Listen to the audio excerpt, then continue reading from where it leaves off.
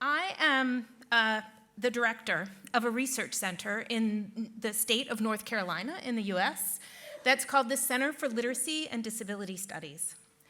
And all of our work is focused on trying to figure out how to promote literacy, learning, and use. And historically, we have focused very heavily on people who use augmentative and alternative communication to support their face-to-face and also their asynchronous communication. We now live in a world where it's equally as important to be able to pull your phone out of your pocket and use it to communicate with everyone at all times, as it is to be able to communicate with people who are sitting across the table from you or walking next to you down the road. As our literacy demands in the world have increased, so has our access to technology. But one of the challenges with increased access to technology for everyone is that many of the specialized features that people with complex multiple disabilities need tend to be dropping off more and more and more.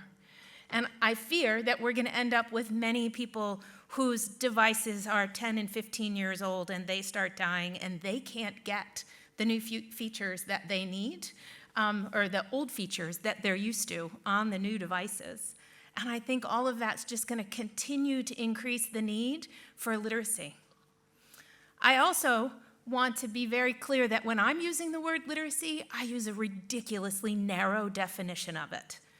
Because what I'm finding is that the broader we make our definition of literacy, the less likely it is that the people who I care most about get high-quality literacy instruction. That as soon as we start counting anything that looks like communication as literacy, people start thinking that anything they do, from giving someone a visual schedule to giving them tactual objects to doing morning circle, somehow counts as literacy instruction. And for me, literacy is the ability to read and write and use print and/or Braille to communicate with the rest of the world.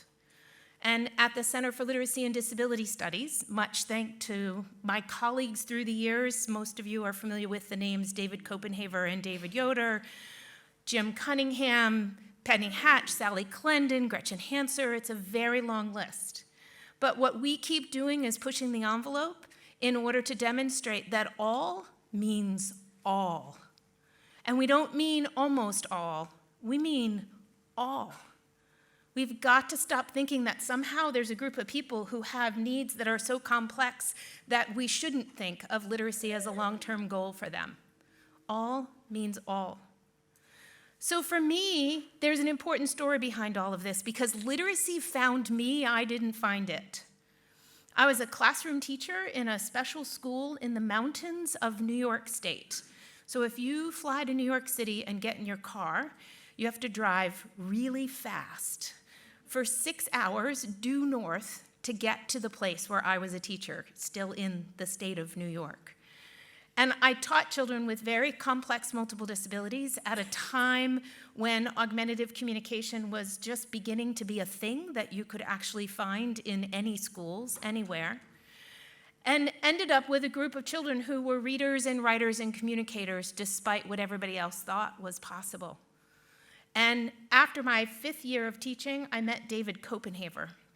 And David Copenhaver was directing what is now called the Center for Literacy and Disability Studies. Back then, it was the Carolina Literacy Center. And that team was doing all of this research. And most of their work at that time was with individuals who had cerebral palsy, who didn't have any other learning disabilities or learning challenges. They just happened to have severe physical challenges and needed to use AAC to communicate. And so it really was, how do you teach literacy to someone who doesn't use speech to communicate? Well, in the 30 years since then, we've gone to the place where it's how do you help someone who has severe physical challenges, who uses AAC, who has severe learning disabilities, who also happens to have hearing and vision loss. How do you teach that person to communicate? How do you teach that person to read and write? But for me, it never started with literacy. It started with AAC. It started with technology. I went back to school to get my Ph.D. because I cared deeply about the stuff that is AAC. I'm a tech head. I was making my own switches and making my own voice output devices long before there were things like Big Macs and other kind of micro switches that you could buy from catalogs, let alone click a button and have it show up at my front door tomorrow. And I loved all of that stuff. But when I went back to school, it took exactly 8 weeks of lectures for me to realize that the success that we had teaching in our little school up in rural New York State really wasn't about the stuff. It was about the focus on literacy and language. And ever since then, I've become a literacy person. Now, I'm someone who I didn't learn to read until I was almost 9 years old. I still can't spell to save my life, but I have a Ph.D. in literacy, right? I never would have imagined that this would be the place that I would be. But what I've learned through the years is that you can't do AAC without literacy. You will never be able to say everything you want to say, when you want to say it, to whomever you want to say, if we do not teach you to read and write. You will always be dependent on the words that someone else decided were important to put on your device. You will always be dependent on other people's ability to interpret your intended meaning if you don't have the ability to communicate through writing. In 2002, my colleagues and I published a book with Isaac called Waves of Words. And that title, Waves of Words, came from a poem that Frank Dahlhoff wrote. Frank is a man who uses AAC, and he wrote this poem, and it's been a driving force for me for years. And his words are, the cry. Behind the eyes full of life, thinking many thoughts, thinking if only. If just these thoughts could become words, words that would flow as a stream out of my mouth, waves of big words that would fill the room, would fill the streets and squares, could be heard upstairs and downstairs, outside and inside. But the sound is stuck behind my eyes. If you listen and you look into my glowing eyes, you will see my cry. You will see the waves of words, words that will never be cried out. For me, what Frank taught us in this beautiful poem is that literacy allows Frank's words to cry out. And Frank's words have now been cried out across 7 continents. They're cried out by people who read them themselves online after it's been posted somewhere, by every single person who's picked up that book and read it, by thousands of people who were the delegates in the audience at Isaac's from year to year to year. Literacy allows Frank's words to be cried out. He has a way for the world to hear his voice, to be able to understand the power of words. It doesn't take the speaking of them, it takes the communicating of them. Now, in AAC, certainly people recognize literacy. You just have to go to any conference like Communication Matters and look through the books. And while 30 years ago people thought we were crazy talking about AAC, or talking about literacy as much as we were, now half of the sessions have something to do with literacy. It's very common. But when we talk about literacy and AAC, very often there's a huge focus on symbols. The case has been closed for decades that when we do things like create symbol-supported text, where we have a picture symbol to match every word, we are not helping people become readers and writers. In fact, we're making it harder for you to learn to read and write when we create that kind of text. Yet, every conference I've been to for 30 years, I still have to have the same conversation, right? We use symbols and need symbols to support communication. It is the fastest way and most efficient means for us to get meaning out back and forth. But it's not going to get you to the place where your words can cry out across the cities and the squares. We focus all the time on the stuff, and boy, that was where I started. The stuff is so important, and it's incredibly, we have to keep it at the forefront. We have to make sure as a community that we don't let this shift constantly towards more and more commercial technologies get rid of some of those critical features. Most recently, it's my friend Cole, who can no longer edit his message in his message window.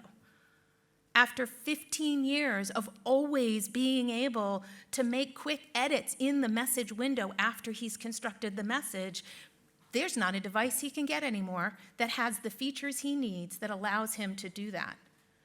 We have to be really conscious of that. The technology is really important, but more than the technology is the teaching people how to use it and making sure that we're being really thoughtful about what are the words that we're programming and what are the options for using spelling in order to fill some gaps. And that's our focus today. So this is an audience that knows this, that aided AAC, that AAC includes both unaided and aided, that it includes gestures and pictures and sign language and voice output, and it's all kinds of things that either replace or supplement the way we use speech to communicate with one another. But it also and absolutely must include literacy. And people ask me all the time, well, when do I know it's time to start literacy? Well, are they alive? If the person is alive, you should be starting, right? And there's actually a tiny bit of evidence that says that babies in utero, before they're even born, recognize the difference in their mom's voice when their mom is talking to them, singing to them, or reading aloud to them. So potentially, before they've even been born, we should be starting on literacy. As we think about literacy, it's not just this ability to read or understand text, but you need to have some spelling skills. You have to have the ability to construct words that people have not taught you directly. Because if all you know how to do is spell the words that I taught you directly, those are the same words that I already decided to program on your AAC device. So it's not very helpful for you to also know how to spell the words that you already know how to say by selecting them as a symbol or as a pre-stored word on your device. I need you to spell well enough to spell the words no one has taught you yet. We were teaching in Australia, and there was a little boy who was fighting us pretty hard on this. He was 8 years old, and he was an amazing communicator. He was phenomenal. His choice mode of communication was partner-assisted scanning with a pod, and he was fast as lightning, but he also was pretty darn good with two-switch scanning and pod on a device. He was the best 8-year-old I've seen doing switching on a device. He was one of the best communicators I've seen off the device, low-tech partner-assisted scanning. He was pretty awesome. And he saw absolutely no need to learn to read and write and thought it was just outright mean of me that I would be suggesting that he should even try to spell a word when, by golly, he could just flick his eyes 4 ways this way, and his communication partner knew exactly what it was he was saying from his pod. And so I fought with an 8-year-old for 2.5 days. Not very proud of that, but I did. And just to let you know, the 8-year-old's going to win every time. And then on the afternoon of that 3rd day, he was particularly frustrated with me, had requested a break, got out of his chair, was in a beanbag, having some time to chill and hopefully stop being quite so angry with me. And his carer, his PA, came and says, do you want to read a book? And he, yes, yes, yes. And she pulls out of her bag this book that's like a book that teenagers would read about the solar system. And I watch as they start reading, and the carer is reading this book to him, and it's just crazy the level of his comprehension. So I go over and I ask, of course, what's my question? Do you know who Stephen Hawking is? Right? No one had ever told this 8-year-old who knows more about the solar system than I ever will in my entire life that Stephen Hawking was in a wheelchair and used AAC. He had no idea. He knew exactly who Stephen Hawking was because he had read books about him, but didn't know this really critical feature. And wow, did I win that day. Because he knew Stephen Hawking well enough to know that Stephen Hawking invented stuff that his carers were never smart enough to program in his device. And I suggested to this 8-year-old, and I stand by it today, that perhaps he might be the next Stephen Hawking. And if he was going to continue to depend on us to program words into his device for him, he was going to have a problem because he was smarter than we were. And he was going to invent things that nobody even knew, so how could we program him? He came in the next morning, and the first thing he says, okay, I'm ready to go. How does this spelling stuff work, right?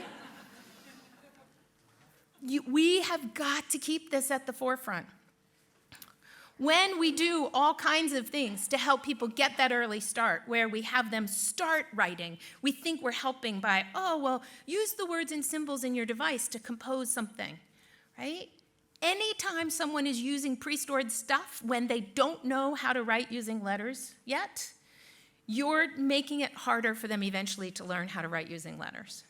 Now, every one of you who uses AAC in this room, who's highly literate, you know and I know that you use this really finessed combination of pre-stored stuff and spelling and word prediction in order to efficiently do everything you want to do every day. It's the reality. But getting that kid, that child, who's been filling a whole page by selecting pictures or by putting together pre-stored words and phrases, to make the shift, to be willing to try to do it letter by letter, is so hard. So why don't we just start, like we do with every other child in the world, teaching them how to write by teaching them how to spell?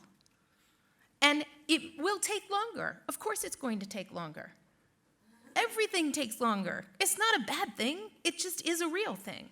So it'll take a little bit longer, but let's start by teaching spelling, and let's teach writing by using spelling, so that one day we have more people who are capable of doing this really seamless integration of all of the resources available to them to communicate exactly what they want, whenever they want, to whomever they want. Now, getting to that level requires that we go beyond spelling and we actually teach writing. And writing isn't about grammar and mechanics. Writing is about communicating your ideas as effectively as possible, recognizing when your message wasn't understood by the other end, and being able to then revise it in some way to make that message more clear. These 26 letters in their upper and lowercase form are the magic of AAC. These 26 letters can be combined and recombined to say anything you want to say to any literate person. And in the UK, that means 99% of the people who are around you are going to be able to understand your message. Right? Like, we have got to be figuring this out. Now, the challenge with writing is that it takes a long time. Letter-by-letter spelling is far from efficient. Every piece of value that it has in terms of letting you say precisely what you want to say gets buried by the fact that it is so slow, right? I have colleagues, I prefer to text chat to talking on the phone. I can do 4 things at the same time instead of 1. Makes me happy. But I have colleagues who can't stand it. They want to be able to talk because it's so much more efficient for them. They don't want to type. Typing is slower. If you have the ability to speak in whole words, if you have the ability to select pre-stored words and phrases, of course it's going to be faster, but it's not going to allow you the level of precision that you can get when you're spelling. Now, we have this magic technology called word prediction, and the challenge with word prediction is it was originally created to reduce keystrokes, to make it faster, to be able to spell what you want to spell, communicate what you want to communicate. And in fact, the research suggests that it's not the case, that it doesn't increase speed at all. That even though it reduces keystrokes, the amount of effort it takes to find your letter and then find the word that you want in the list and then select that word actually gets in the way. It doesn't make it faster. But I'm going to come back to word prediction because I'll argue that it has a ton of other value that isn't about keystroke savings, particularly as we're trying to teach spelling and writing to people. Now, when we're talking about spelling, from the beginning, I'm going to argue that we should be teaching spelling. Again, if you're alive, we should be doing this. We should be helping you learn to spell, to read and write and spell in order to communicate with the world. And sign language provides us this really interesting example, because in sign language, we use fingerspelling in order to fill what are called lexical gaps. Now, there's some really nice work that's coming out of the UK around British Sign Language and around the fact that fingerspelling actually serves other really important purposes. It's not just, I use fingerspelling to spell the words that I don't know the hand shapes for. Fingerspelling is used really intentionally to add emphasis, to add shortcuts. It has lots of other purposes. But about 10% of what people who use British Sign Language communicate every day, they communicate using fingerspelling. And one of the primary purposes of fingerspelling is to fill lexical gaps. There are not hand shapes for the names of all of the people in this room. So the way those get communicated is through fingerspelling. There are not hand shapes for many, many of the proper nouns that are out there, but there also are not hand shapes for many other words that are important words that we use in our communication that just aren't there, and those get filled in. Those lexical gaps get filled in. So in British Sign Language, it's about 10%. In American Sign Language, it's as high as 30%. And the percentage increases based on the level of education of the person who's using sign. So the more words you know, the more you depend on fingerspelling. And that kind of makes sense, doesn't it? Like, the broader your vocabulary is, the more likely you are to want to use words that aren't in the corpus of words that have hand shapes within American or British Sign Language. In English, there's been a lot of research around young children's acquisition of fingerspelling. And one of the areas that's, I think, particularly interesting to us as the AAC community is the area of research that looks at children who are 5 years old. So they have not started formal education in reading and writing yet. They, probably have learned some letters and things, but they haven't had formal reading and writing instruction yet. And they've looked at children who are pre-linguistically deaf, who have been using sign language as their primary expressive communication, receptive and expressive. And if they've been growing up in homes with parents who also are native users of American Sign Language, those children, by the time they are 5 years old, are attempting to fingerspell as much as 10% of the time. They don't even know how to spell anything yet, but they understand the value of fingerspelling in order to support them in communicating whatever they want, whenever they want, to whomever they want, because they've seen this model throughout their lives. Now, the children growing up in homes where they're supported in learning ASL, but their parents don't use it natively, right? Those children not only don't use fingerspelling as often, they don't learn new words as quickly as their peers who grew up in homes where they're seeing it modeled all the time. So for me, what that tells me in the broader context of AAC is that we need to pay attention to these lexical gaps.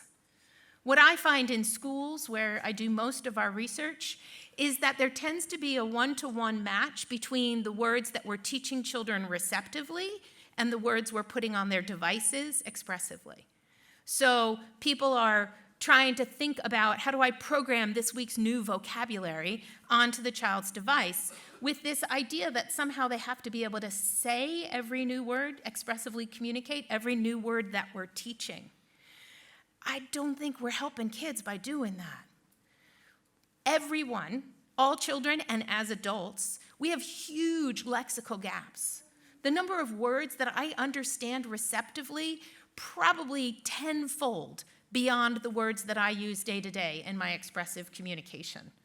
My written communication is probably closer, but nowhere near the number of words I understand. I have this huge receptive vocabulary. You all have enormous receptive vocabularies.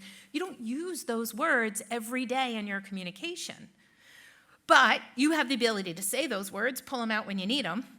And if you were an AAC user, you would have the ability to spell those words on the rare occasion that you need them. So all of this started making sense to me when I was supporting my friend Jordan, who's now in his mid-30s. Jordan has very complex needs and really significant learning challenges, in addition to having some cortical visual impairment. Just the list, fill in the list. Jordan's got it. But Jordan continues to get better at reading and writing every day. I was a part of his team in 7th grade when we were trying to figure out how to help him be most successful in mainstream school. And the team would get together every week, and they would make decisions about what vocabulary was going to get programmed into Jordan's device that week. And his mom would be in charge of programming it, and then his mom, who, thank goodness, is a teacher, would then spend every week, waking hour, trying to teach Jordan these vocabulary words, so that on Friday, when he took the test with everybody else, somebody would read the definition to him, and he would push the button.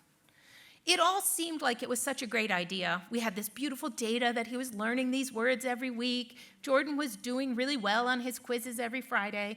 And then one day I show up and I look at the words, and on a precious square on his dynamic display communication device was a word that I had never heard in my entire life.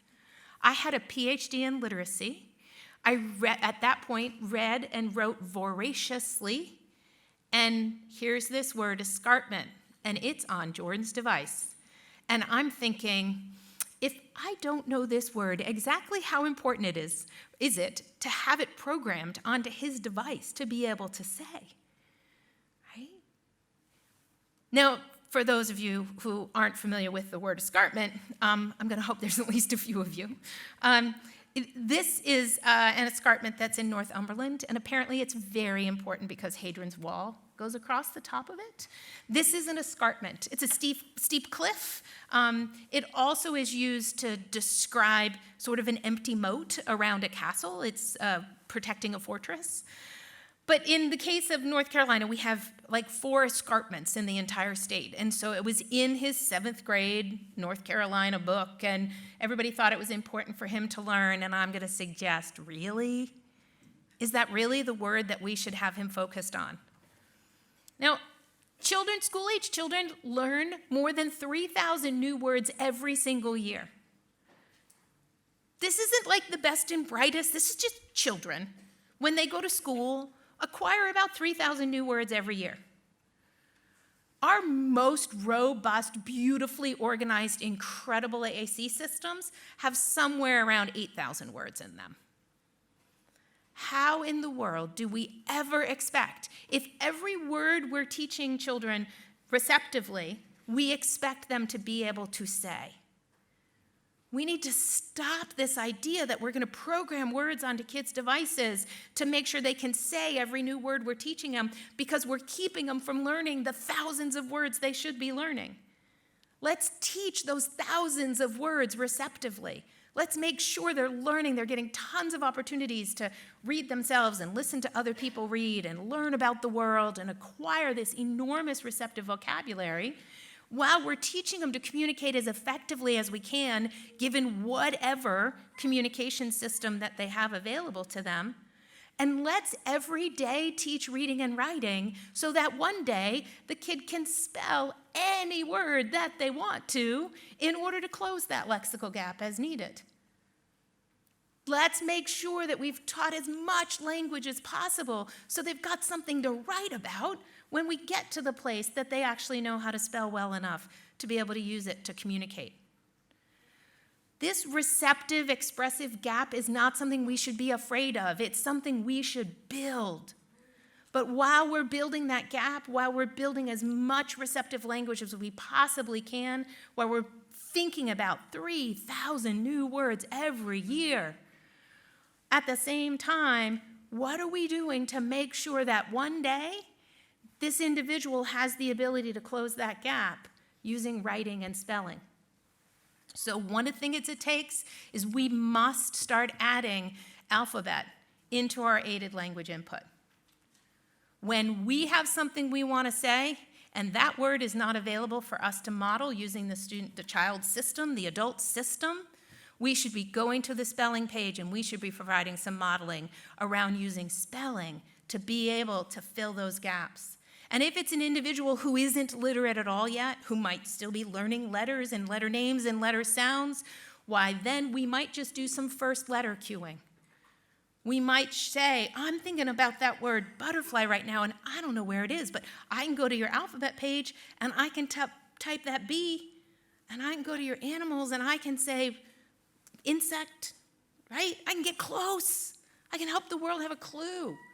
I can say bee, animal, fly, and your first guess might be bird, and I say and then you're going to take a minute and figure out that I mean butterfly. But from the very beginning, we have got to make sure that that alphabet page is available to them. We're not waiting till some point till they know letters to give them access to letters. No, you learn letters by using letters. And we're going to build it into our aided language input from the beginning. We're going to get rid of old models of this kind of stage-based approach to learning. We're going to stop thinking that first you have to master receptive language, and then we'll start working on speaking, and then we'll start working on reading, and then one day maybe we'll get to writing. This still dominates in our schools, in your schools, and in the schools in the US. We still have so many people who think that there's this readiness, mastery. You have to master this, and then we can go to the next, and then we can go to the next. And it's keeping so many of the people that we love and care about from becoming super effective communicators. This article was published in 1991. Half this room wasn't even born in 1991. In 1991, the work was done in the field of AAC to say that reading, writing, speaking, and listening, that it's not about speaking and listening, it's about expressive and receptive communication in whatever means that means for you, and that this receptive and expressive communication develop in this really concurrent and interrelated way with reading and writing. In our research with children who have the most complex multiple needs, who are also deafblind, kid after kid after kid, the first thing they learn how to do is write to communicate with the world, because they only have to learn 26 letters.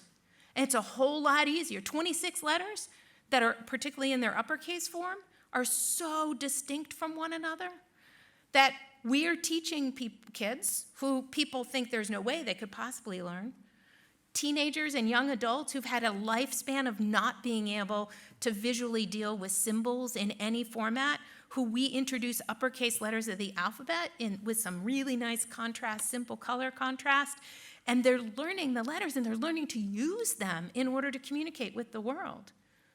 Writing is driving them to then be able to manage more other means of communication that help them be more efficient from letter by letter by letter. I said that I was going to come back to word prediction. And I'm coming back to word prediction because of the power that it has in helping people who are very beginning at early levels of literacy sometimes get to the word that they want before they actually know how to spell that word completely. There was some work done in the late 80s with adults who had very dysarthric speech, looking at what happened when they just pointed to the first consonant sound of the words that they were communicating.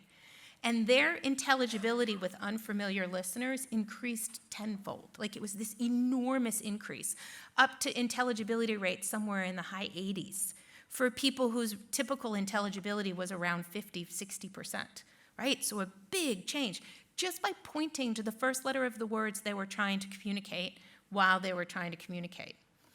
And that, if we take that and we get you to the place where you can identify the first sound in a word that you're thinking, that's a super early developing literacy skill, right? That's a very early developing skill. And so if we can get you to that place where you can hear the first sound in the word that you're thinking, right? You know what that sound is. And you can type in that letter and you have access to super high quality word prediction, there's going to be a regular basis where the word you want is going to show up in that list, right? So for me, Cole is my friend who helped me understand this in big ways not very long ago. Cole was 12 years old at the time, and he showed up at camp, And he knew most of the letters most of the time. He had a couple dozen sight words that he had learned in some memorized way through repeated trial kind of instruction. He was a really good communicator as long as you told him what you wanted him to say, which is funny to me that anybody would say he's a really good communicator. As long as you told him what to say, then he could say it. So he knew how to navigate his device really well.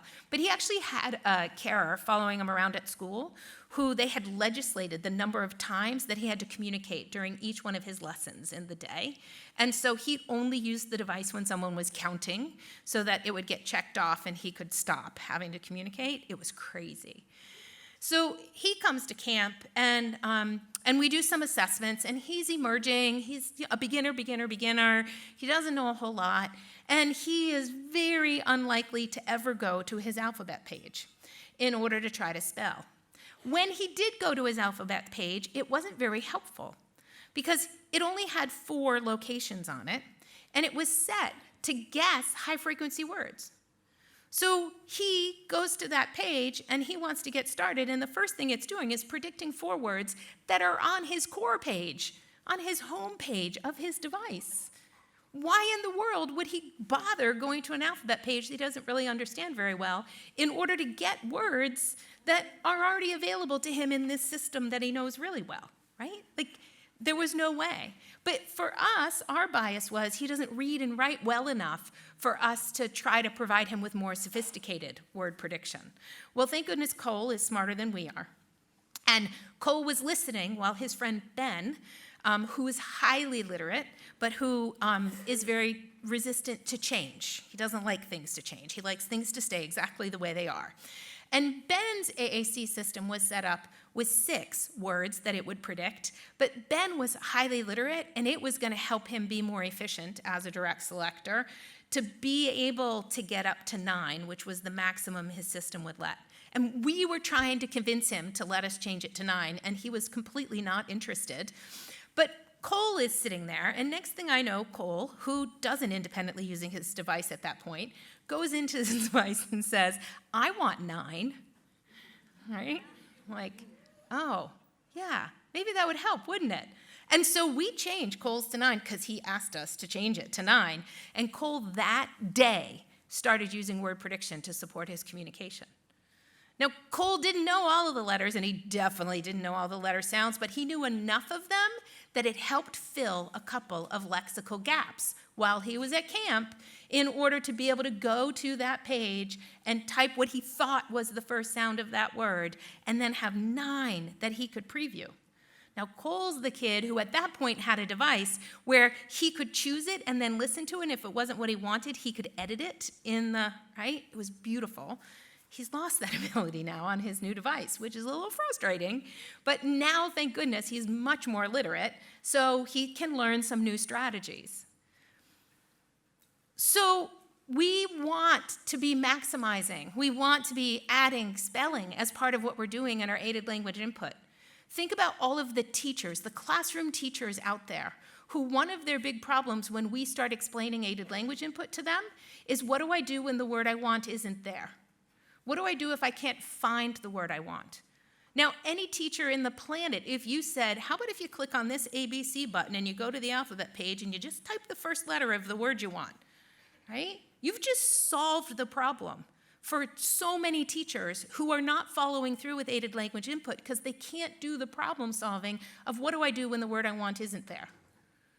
You get people to stop the constant, oh, I have this new word I want to teach. I need to stop everything and go print it out and laminate it and put Velcro on it so I can add it to your system, right?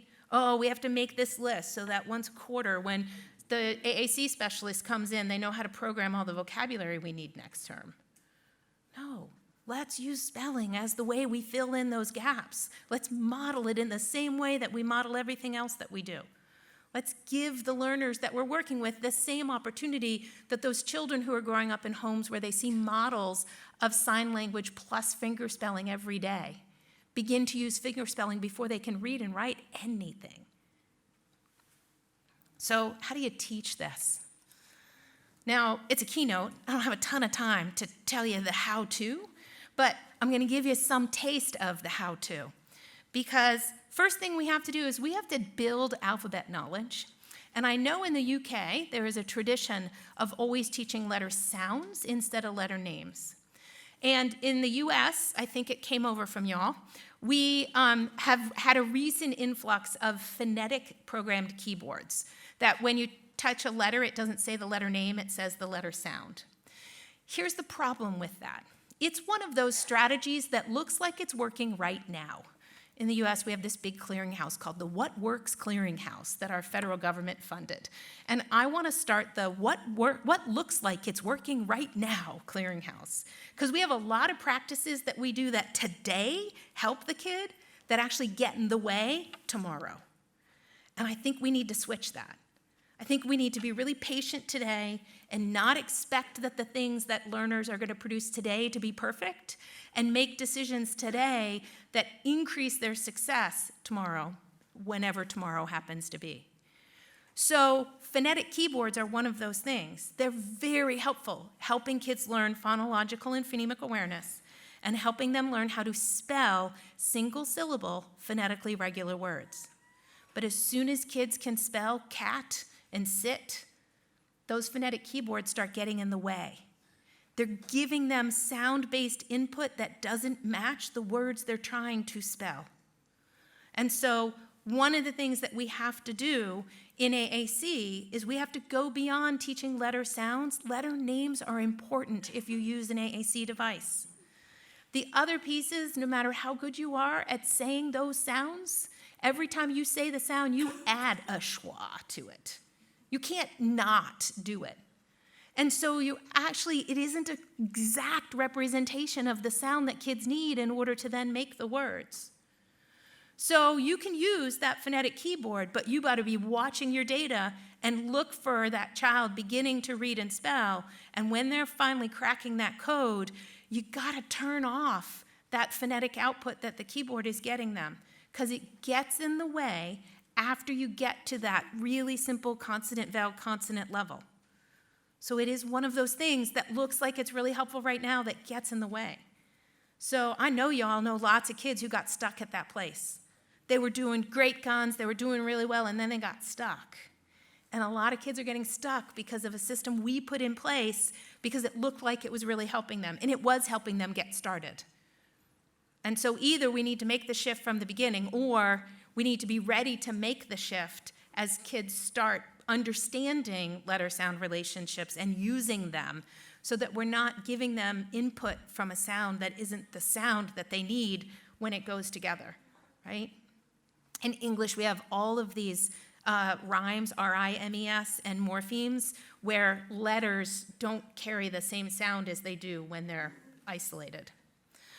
So we're going to teach the alphabet. We're going to read lots of alphabet books. We're going to use the print that's naturally occurring in the environment.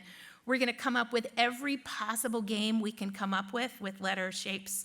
We take card playing, like cards that are suit cards, and use alphabet cards to play all the same games. So we play Go Fish, but we play Go Fish with the alphabet.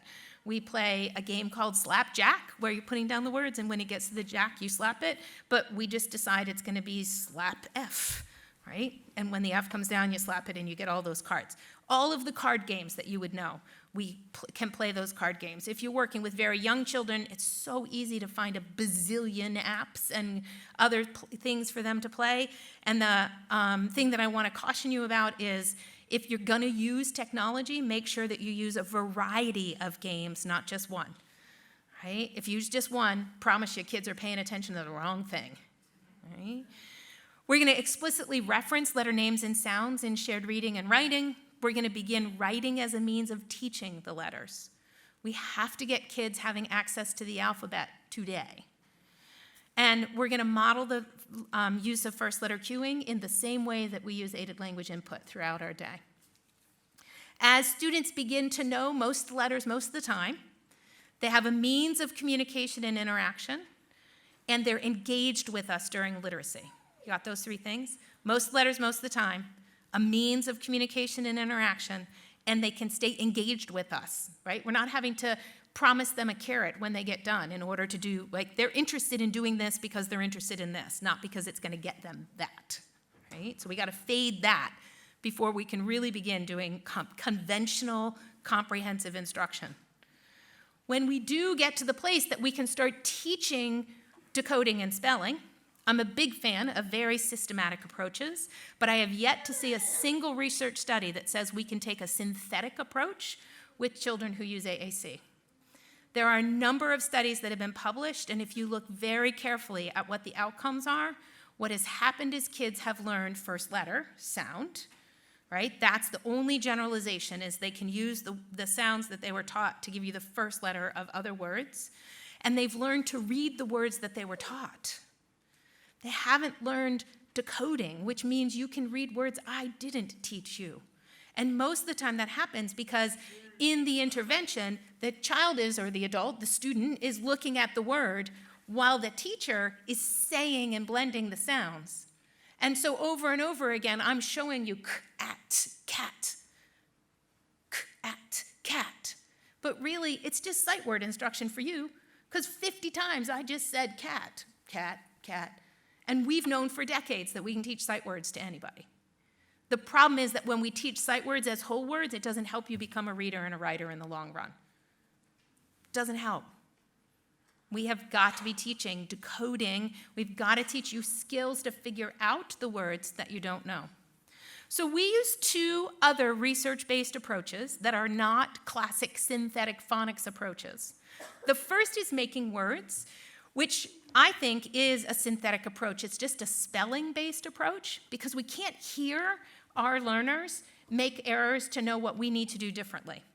If we use making words, if we use a spelling-based approach, we can see their errors in order to think about what we need to do.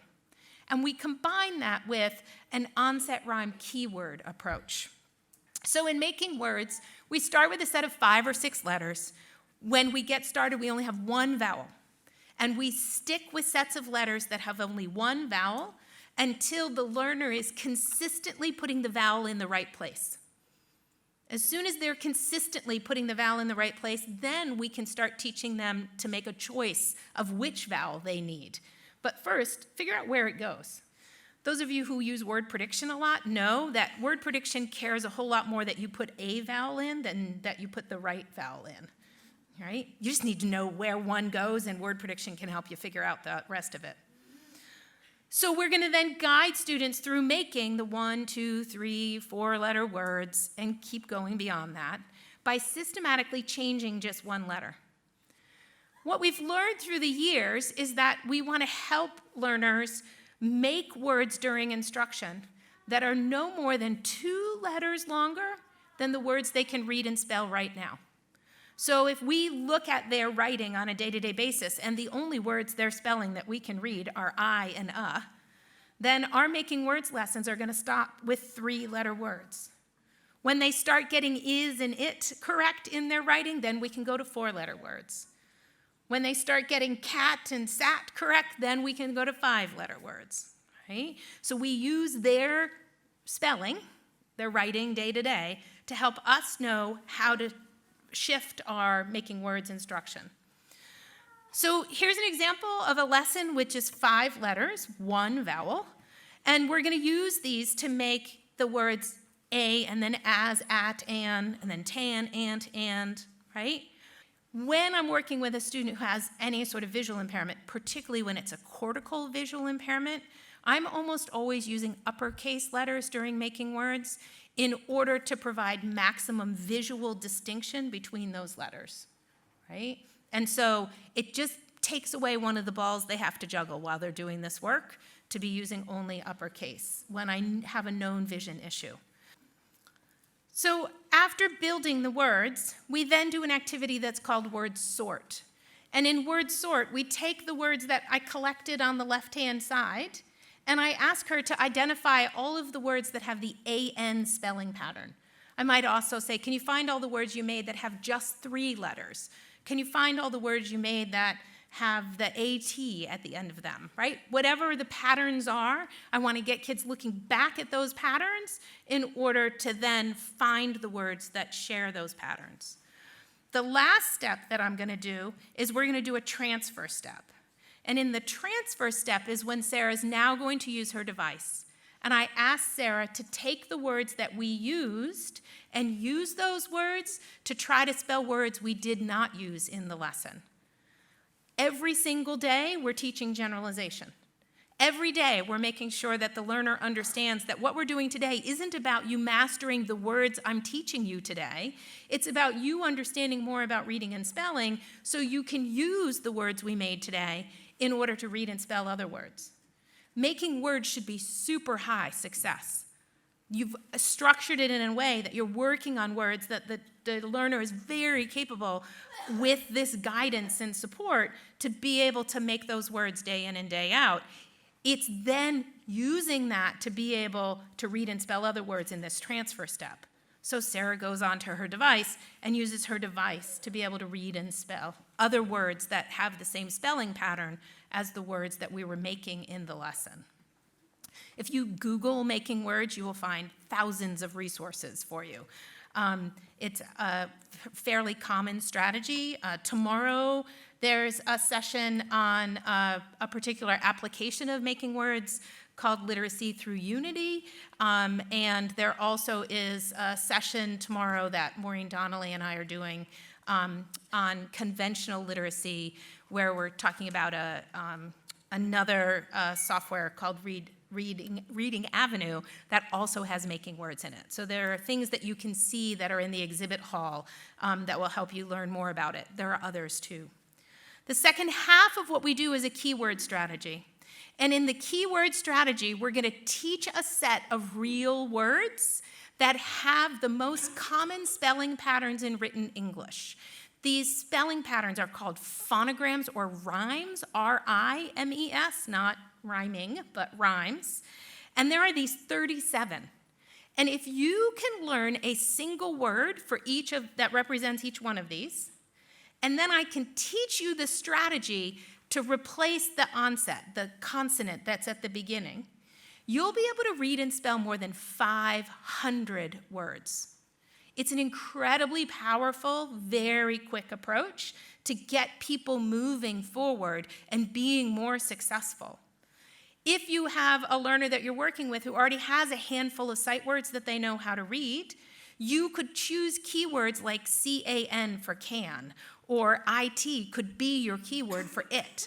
Those are likely words. If they know any words that they can read as sight words, they've learned those. Now I can teach them to use these words they know to be able to read and spell words they don't know. Right? The value of this for kids who use AAC, for learners who use AAC, is that we can look at their core vocabulary and we can come up with a keyword that's already programmed in their device, that they already know the meaning of, that they already use to communicate on a regular basis. Now we teach them this word that they already know how to say and use that word to help them be able to read and spell dozens of other words that share that spelling pattern. The long-term value of a keyword approach is that it's the same strategy adult good readers use when we're reading unfamiliar words. We don't sound out words like catastrophe. We don't go right? We look at it and we find the chunks that are familiar to us, and we use the familiar chunks to be able to then work out the unfamiliar bits. If we start teaching this keyword strategy from day one, we're teaching a way of approaching reading that's going to carry learners all the way through being able to decode using morphemes of big words and moving forward beyond that. We have to be really thoughtful about that. So I'm going to close with Frank's words again. And across this conference, there are many sessions that you can attend that are about literacy. I focused today just on spelling and writing, and I only gave you a little hint of it. Really, it was about trying to persuade you that this must be on the front of your agenda for all learners if we're going to help them truly become independent communicators. But only teaching spelling and writing isn't going to get you there.